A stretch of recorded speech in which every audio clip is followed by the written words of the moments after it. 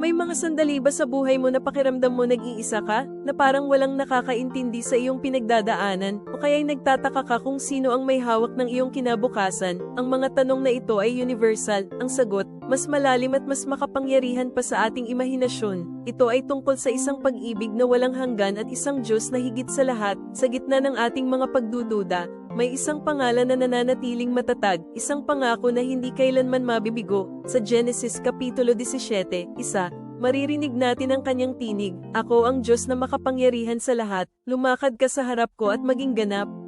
Hindi ito simpleng utos, kundi isang paanyaya sa pinakamalalim na relasyon, isang tiwala sa kanyang walang limitasyong kapangyarihan at pagmamahal. Ang kahulugan nito ay simple ngunit napakalalim. Ang Diyos na makapangyarihan sa lahat ay personal na interesado sa bawat detalye ng iyong buhay. Siya ang gumagabay sa iyong mga hakbang, nagpaplano ng iyong kinabukasan, at nagmamahal sa iyo ng walang hanggan. Hindi ka nag-iisa sa anumang hamon o tagumpay. Sa kanyang pag-ibig, makakahanap ka ng tunay na kapayapaan, layunin, at kaganapan. Buong puso, tanggapin natin ang kanyang yakap at mamuhay ng buong tiwala sa kanyang kapangyarihan.